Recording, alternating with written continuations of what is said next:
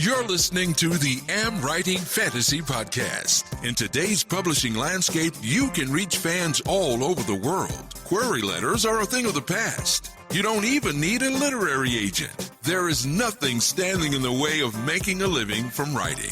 Join two best-selling authors who have self-published more than 20 books between them. Now, on to the show with your hosts, Autumn Burt and Jasper Schmidt. Hello, I am Jesper, and this is episode 101 of the AmWritingFantasy podcast. Imagine that. We passed 100 episodes. I think that's absolutely amazing. And perhaps Autumn is off celebrating today or something, I don't know, but at least she's not here. But I have a very competent backup in place. So today I'm joined by Dave, and we are going to discuss how to go about note-taking and also how to keep track of your story and your world. So welcome to the AmWritingFantasy podcast, Dave. Thank you, Jesper. I appreciate it. And congratulations on reaching 101. I'm actually deeply honored to be your 101st episode guest. That's outstanding. That's an achievement. Congratulations. Yeah, and imagine that we have actually succeeded in releasing podcast episodes every Monday for 101 Mondays in a row. I mean, really, that's tempting fate. When you think about the reputation that Mondays have, you have literally defied reality with this podcast, Jesper. Well done. It seems so. But maybe to start us out, Dave, maybe you can just tell us a bit about yourself. Sure, absolutely. The mosaic that is Dave Robinson is a broad and vast thing.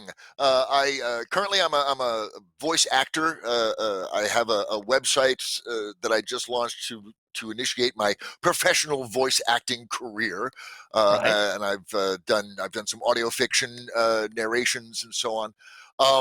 But more specifically, and certainly more germane to this podcast, I ran a podcast for several years called the Roundtable Podcast, later the Archivos Podcast Network, where we would brainstorm story ideas. We'd invite veteran authors on and interview them about their craft, and then bring another writer on to pitch a story idea, and we'd brainstorm it, and it was marvelous. And that exposed me to a broad spectrum of creative process, as you no doubt have discovered in your own interviews.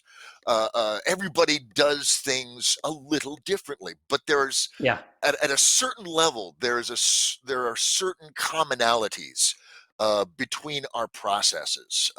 Even a discovery writer who's writing off the cuff, there seems to be some level of documentation or record keeping or journaling, something that allows the writer to perceive the story that they're writing in some way, shape, or form.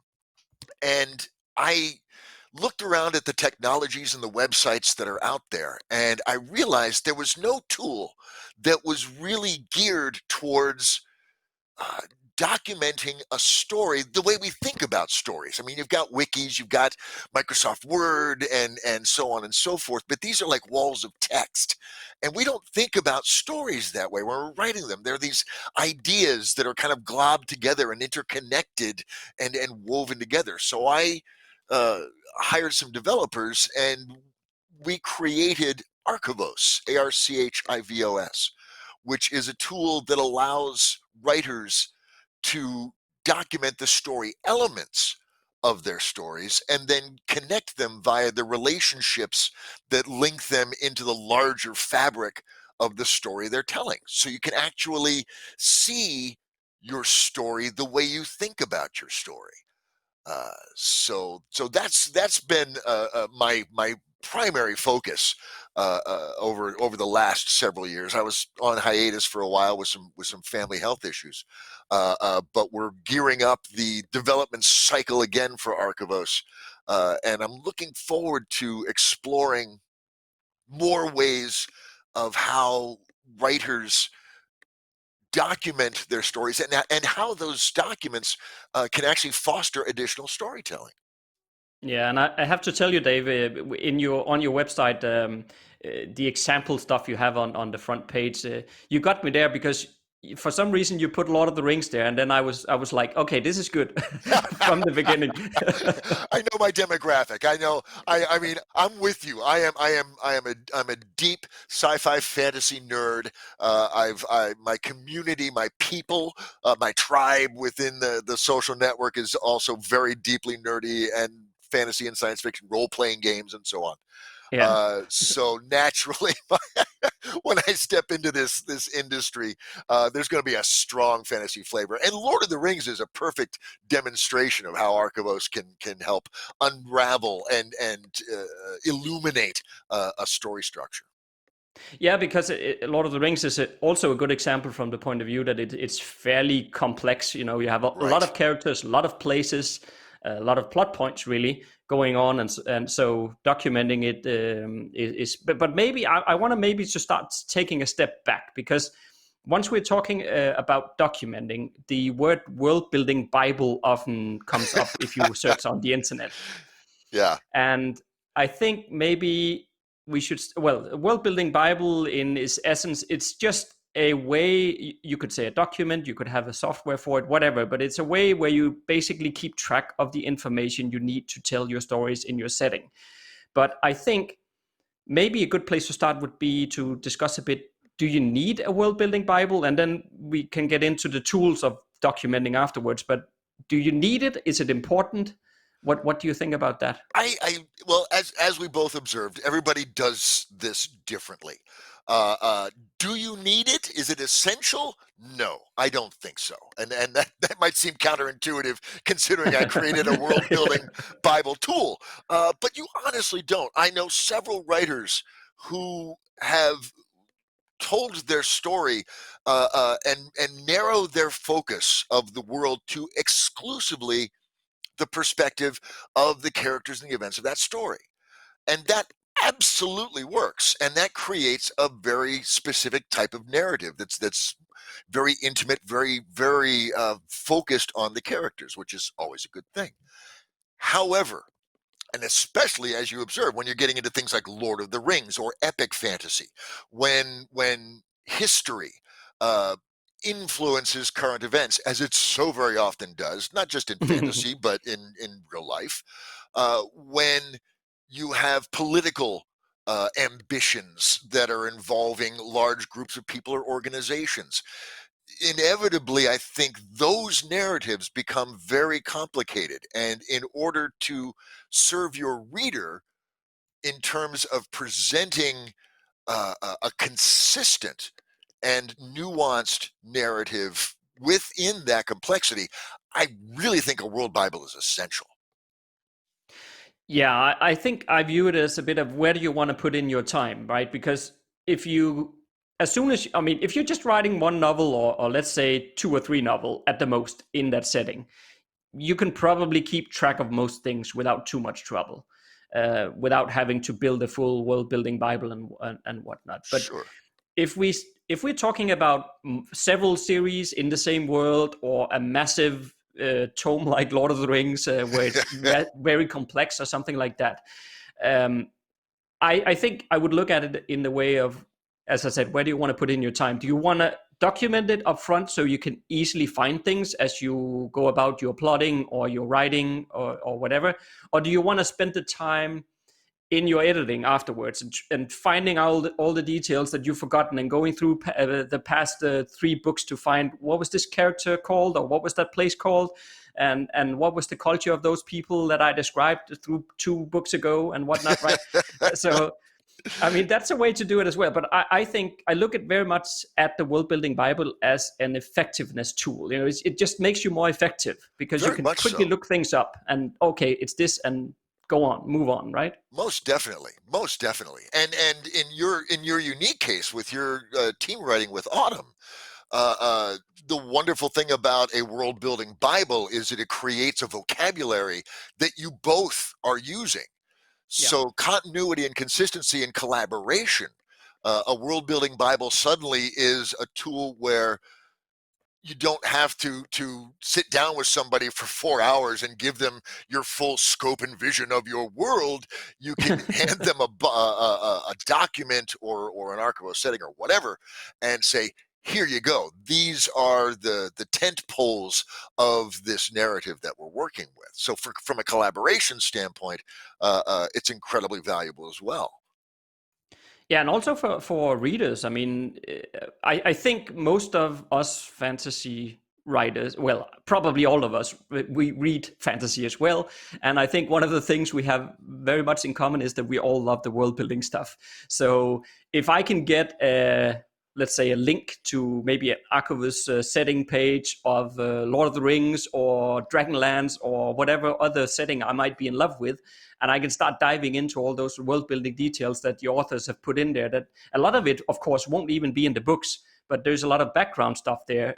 I think that's something that will appeal a lot to readers as well. Absolutely, because we've come into an age where reading the end of a book, while that may be the end of your specific engagement with the story itself, we actually, I think, come to expect that there should be a little bit more out there. There should be some background information, maybe some short stories or flash fiction that may be derived in this story setting. And writers today have those tools at their disposal with a few clicks of a mouse to have a site or some sort of supplemental information that just enriches the experience of that story for the readers. And it's good marketing to have that collateral material available. And it's also good marketing from a pre-setup standpoint. If you can put up here are the main characters, not spoilerific, but let people have a taste of this character's personality or a map of your world. Oh God, maps. Don't get me started on maps. We're fantasy nerds. If there's a map on the front space of a book, I'm there, man.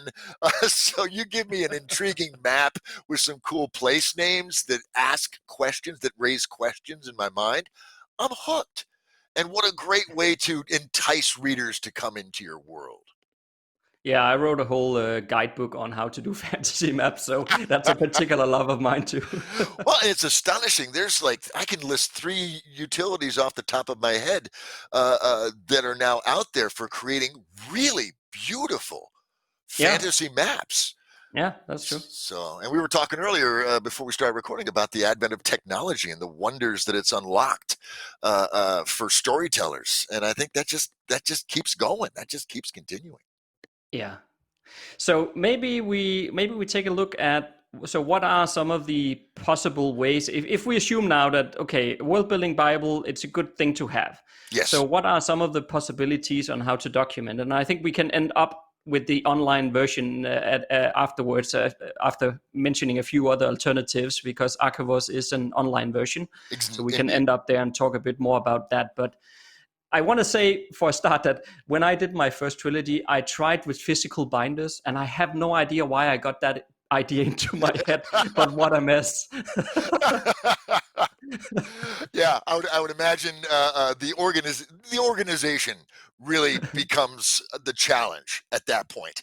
And so when you're sitting down to world build, and again, there is no one way to do it, but think about what your objectives are in creating this world Bible. And I think continuity is probably one of the biggest reasons to do it. So you have a reference to the places, the events, the characters, whatever it is that you want to be able to access very quickly. So there needs to be some sort of organizational structure that allows you to identify, if you are going to do binders, then you need subfolders in there for characters, and maybe even breaking that down further. It depends on how detailed and granular you want to get. But you can have your antagonists, your protagonists, your support characters, your romantic interests, but being able to quickly access that information so that you don't break your flow when you're writing. When the words are flowing, it's like, this. Don't stop me. Do not interrupt me. I'm in the zone. And when that's happening, and you get to that point where, what is that tavern keeper's name from that tavern. Just put in TK or some code for yourself in the document so you can come back to it later. But once the steam has blown off and you're sitting back basking in the thousands of words you just wrote, then you can go back, search those things, and you want your Bible to be able to give you the answers you need without a lot of digging, I think. Yeah, I agree. And the other issue with the physical binders is that once you think of more or you need to develop something more, all of a sudden magically that particular page in the binder is already full and you can't get more room. I don't know why it always happens. It's that one page that is full when you not start to add more. Right, That's the way. exactly. Well, and actually that raises a good point. I mean, there's some people will get by with just note cards. And I think I've seen Cameron Hurley's note card board is epic, but it is just note cards. And sometimes that's all you need. Sometimes all you need is a reference. And in this case, was it Scrivener?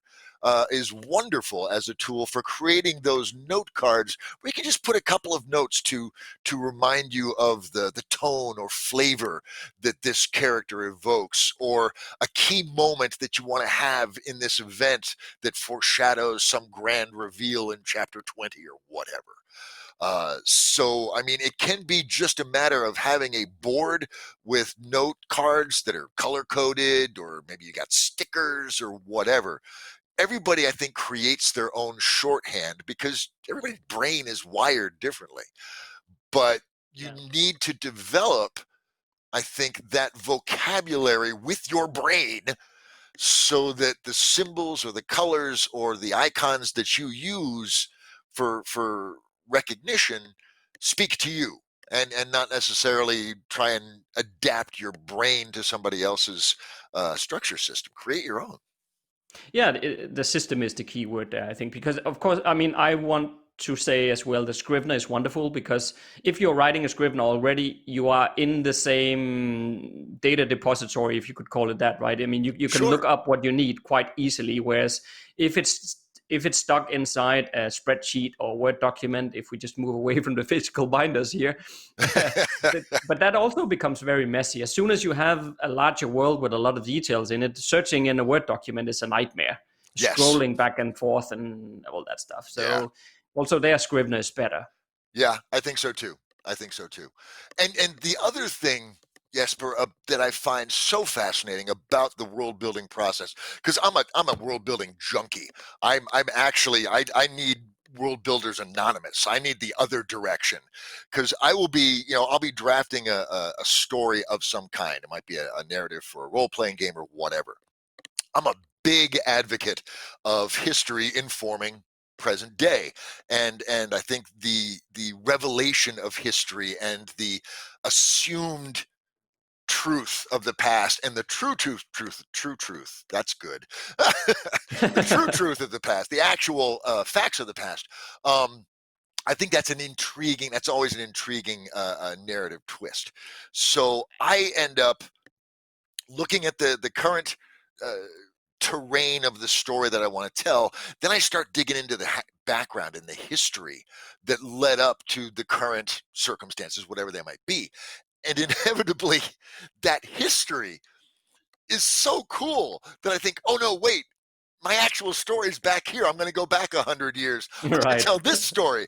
And it's an endless cycle, just an endless cycle. But I think the point is that by investing some of your story cycles, some of your bandwidth as a writer in understanding the history of your world, I think, and I have found this certainly, that it generates, first of all, more story ideas, lots of intriguing things to pursue, but it also allows you to give your current story set in the current time those subtle anchors into a past that I think makes a world seem more authentic, puts it in a continuum of a long history that I think gives it a sort of reverence, or certainly, like I say, a certain authenticity.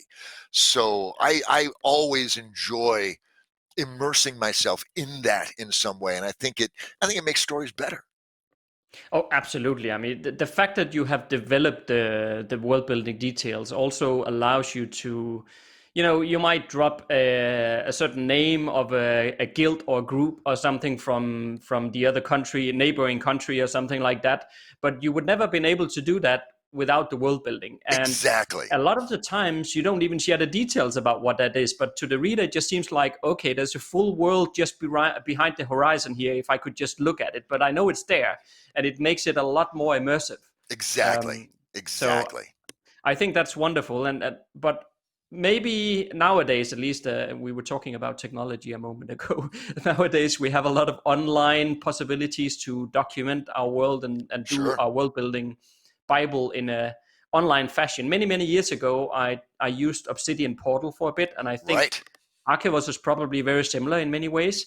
um, but apart from documenting it online, I think one of the real benefits of something like Archivos is the links between things, because you don't have to scroll through million documents. You can, I think, click your way through, right? From Exactly. characters to places and to story hooks and so on. Exactly. Yeah, and that's very much the experience that we wanted. You create a character. I mean, you start by creating a single story element, and it can be a character, an organization, a place, an event, whatever. And that's how it always starts, with one thing, and then this other thing. They did this event. Okay, so now we have an event, and then you connect that. That event took place at a location. Well, I need a story element for that, and now you've got this continuity between this character, this event, and this location, and then other characters participated in that event. Other events happened at that location, and you get this rich sense of context, of history and perspective on the key elements of your story, that I think, as a writer, gives you a much clearer grip on how those elements impact your story. Yeah, and probably also the other thing I think from a creative point of view is that once you start connecting those dots, that's sometimes where you'll get a spur of inspiration for something else. Oh, by the way, if I connect these and these dots, then that makes a whole new level of stuff that could happen, right? Exactly. Or, wow, this guy, these two characters were at this same location at the same time. And I Right. never Yeah. mentioned that in the story. From a continuity standpoint, that would be something you'd want to put in there. And the fact that they do engage, how does that affect your narrative? How does that change the story? Is it cool? Excellent. Keep going. Find more. Yeah. Indeed, and so it's almost. I mean, one thing is documenting your world, but it's also like a brainstorming tool almost. It very much is. It very much is. And like I say, it's an opportunity to see those connections, that network of association within the story elements of your stories, of your novels. And the thing that it just excites me the most about this is that, history is just a story that actually happened. So you can take actual historical eras, epochs, and put them into Archivos and use that as a reference for, if you're doing an alternate history, or if you're doing, an urban fantasy and it's set in a specific time and you want to incorporate actual historical events, you can load Mm. those in as well and have that service. Oh, crap, this is when Kennedy is shot, or, this is when this thing happened, or whatever. And now suddenly you're anchoring your narratives within the actual world history, and you can have a sense of confidence that you're doing so accurately, which is cool. Yeah, absolutely. But so you mentioned there, of course, you can document your characters, your places, and those story elements there. But is there other things that is Archivus can do, maybe, that is a bit more, should we call it nice or good compared to what you Beneficial. can? Yeah, indeed. Well, we basically have three views within the application. We've got the story web, which just shows you the connection of everything. Um, Characters, events, organizations, places, all of that.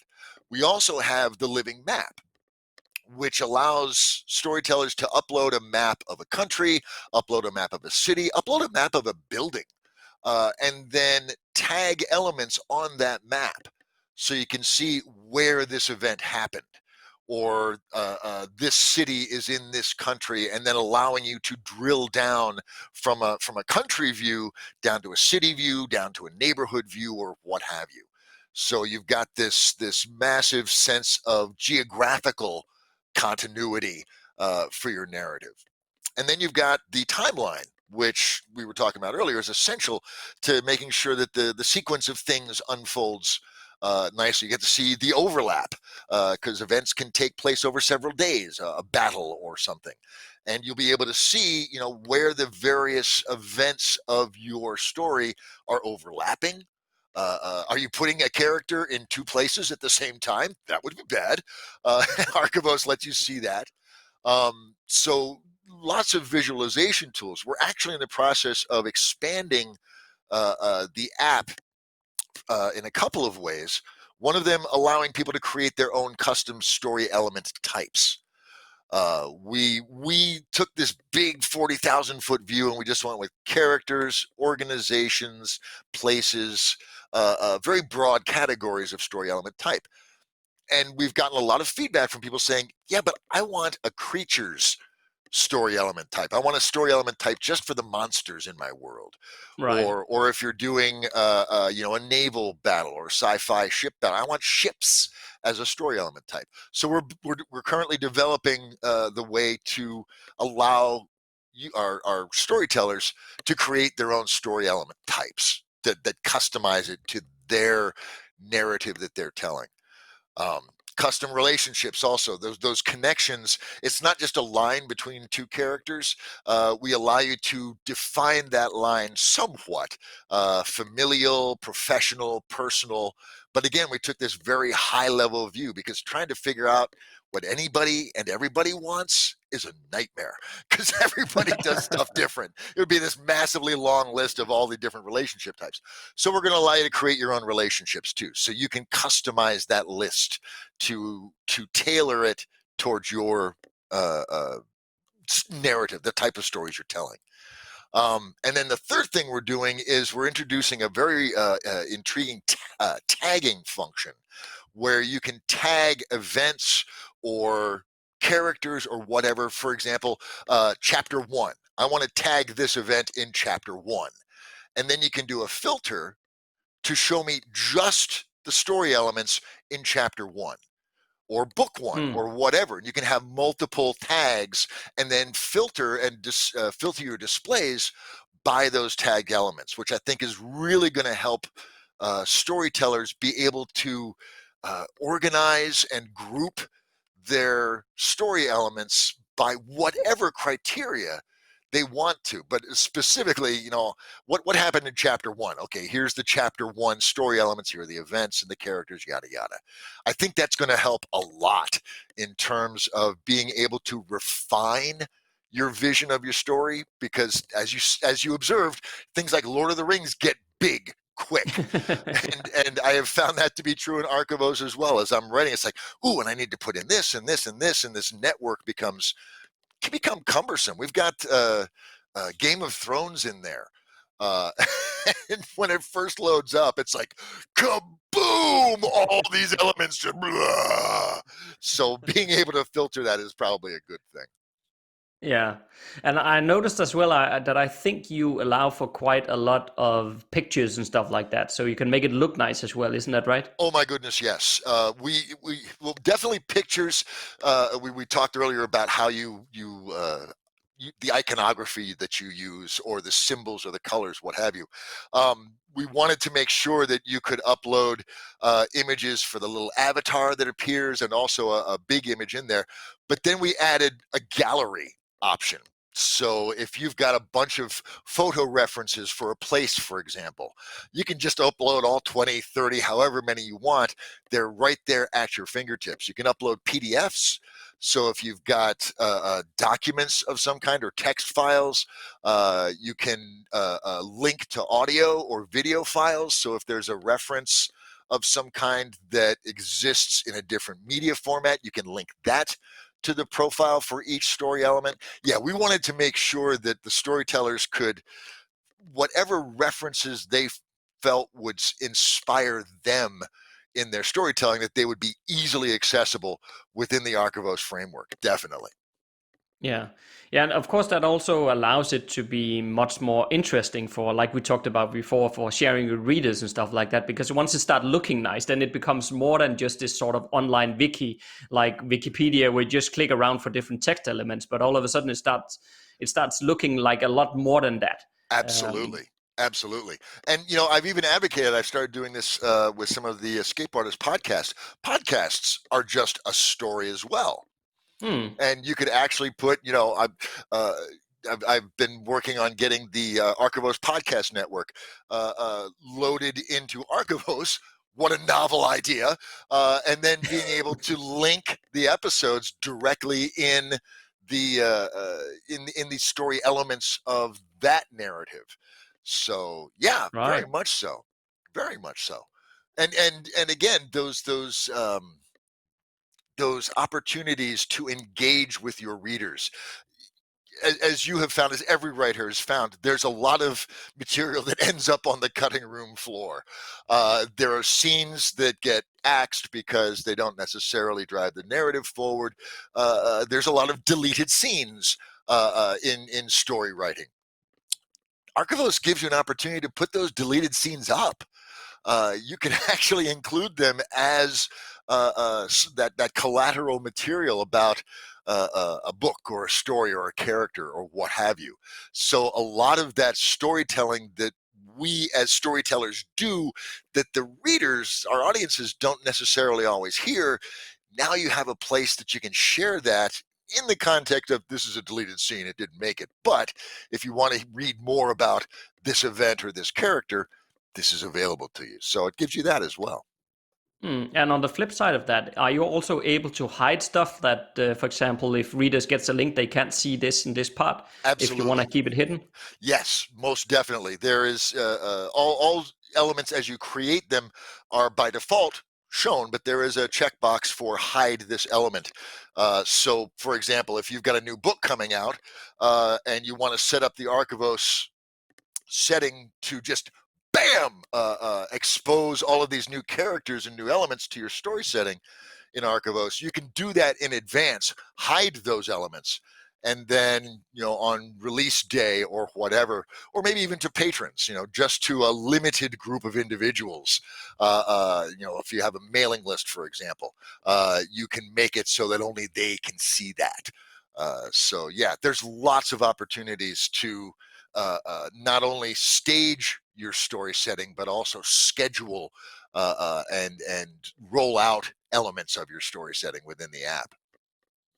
Yeah, and you mentioned app there. So does that mean that you can also do it on your phone and stuff like that, or do you have to have access to a browser? Right now, we are exclusively desktop.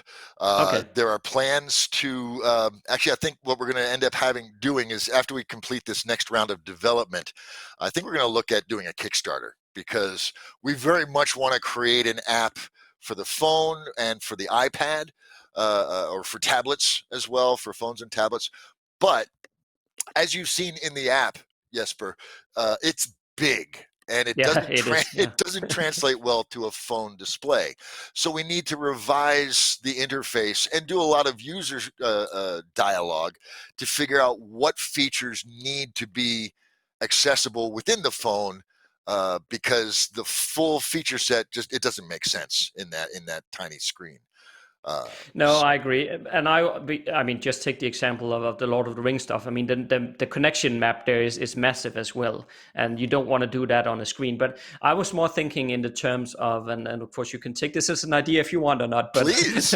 But I was more thinking in the way that, because I think as the creator or the world builder, I think you want to do it on the computer browser anyway, because you need the bigger space and you need to be able to see all those connection dots. And right. When you do write the different story elements, I think you'll just be more comfortable doing at the computer versus on an app on a phone. But I was more thinking about the phone app as something for the audience, basically, like the reader stuff, where you don't need all the stuff that the writer basically needs, but more like this is a way where I have an app on my phone. I'm just going to use Dragonlance here because I love that setting. But if I had a Dragonlance app and I could just like open it up and check the character here and check that, but maybe can't see everything, but that would probably, for hardcore fans, that would be lovely, I think. Absolutely. I agree. And I could see, a little hamburger menu up in the corner where if you're looking at, Raistlin, then you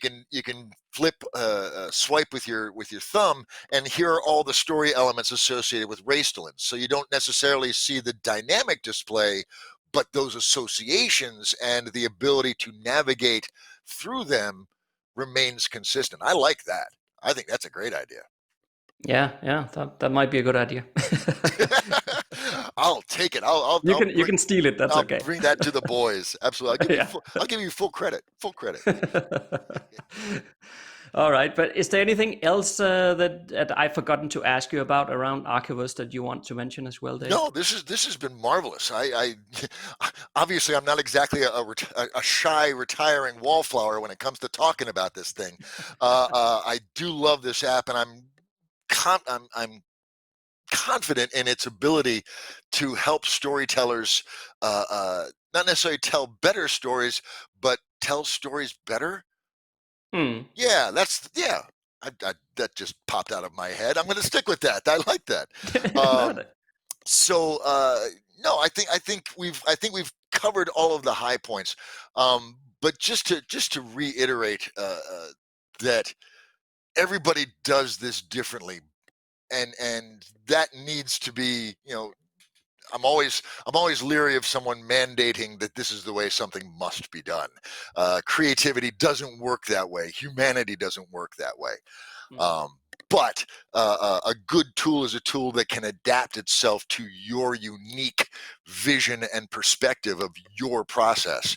And that's very much what we try to do with Archivos, and are continuing to try to do as we continue to develop the app and try and make it a better and better tool. Yeah, and you can, of course, make it as complex as you want as the creator, or you can keep it as simple as you want. And Exactly. I think that's one of the nice things with it. Yeah, definitely. Okay, but I'll put a link to Archivos in the show notes for the listeners. If they want to go and check it out, then they can. Splendid, thank you.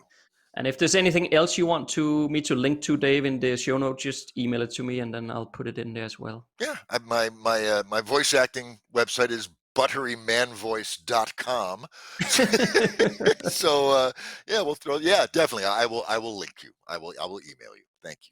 All right. And then I want to thank Dave for joining today. And dear listener, then Autumn will be back next week, and we will try to have one of our usual good topics available for you. If you like what you just heard, there's a few things you can do to support the AmWriting Fantasy Podcast. Please tell a fellow author about the show and visit us at Apple Podcast and leave a rating and review. You can also join Autumn and Jasper on patreon.com/AmWritingFantasy. For as little as $1 a month, you'll get awesome rewards and keep the AmWriting Fantasy Podcast going. Stay safe out there, and see you next Monday.